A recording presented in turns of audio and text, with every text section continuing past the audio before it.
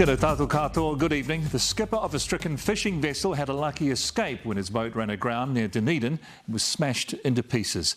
He and a crew member were on board when it hit rocks just below the albatross colony at Taiaroa Head this morning.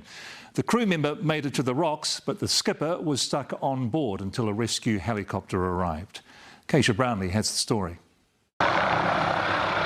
Shipwrecked and at the whim of the waves. Battered about by the South Pacific Ocean, the Tamahene had no show when it became stuck off Harrington Point at 7:30 this morning. The two people on board, however, did. A crew member had deployed the life raft and made it to shore. The skipper was still on board the 16-metre commercial fishing boat, sheltering between the cabin and the shore as the waves washed right over him, before a dramatic rescue ensued. They winched down, the first one went to the skipper who was still on board, and once they got him sorted out and winched away, they then redeployed and took the crew off the shore. When Coast Guard Lochs Callis arrived, there were 5 other vessels stationed around the Tamahene. And there was really nothing they could do because of the wave action.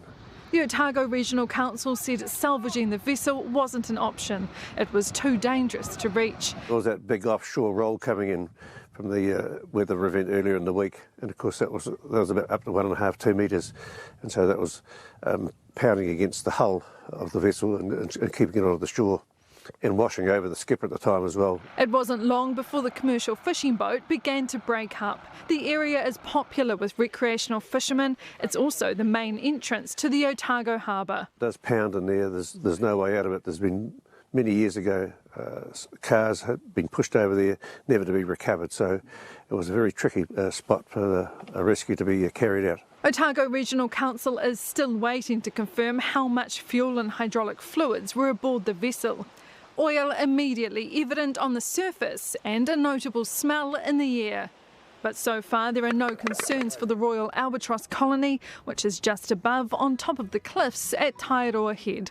Maritime New Zealand is in the initial stages of an investigation in which it will be carrying out interviews, examining the scene, reviewing documents and other evidence before deciding what, if any, further action to take. I know the skipper, and he's an experienced skipper. He's been a fisherman all his life.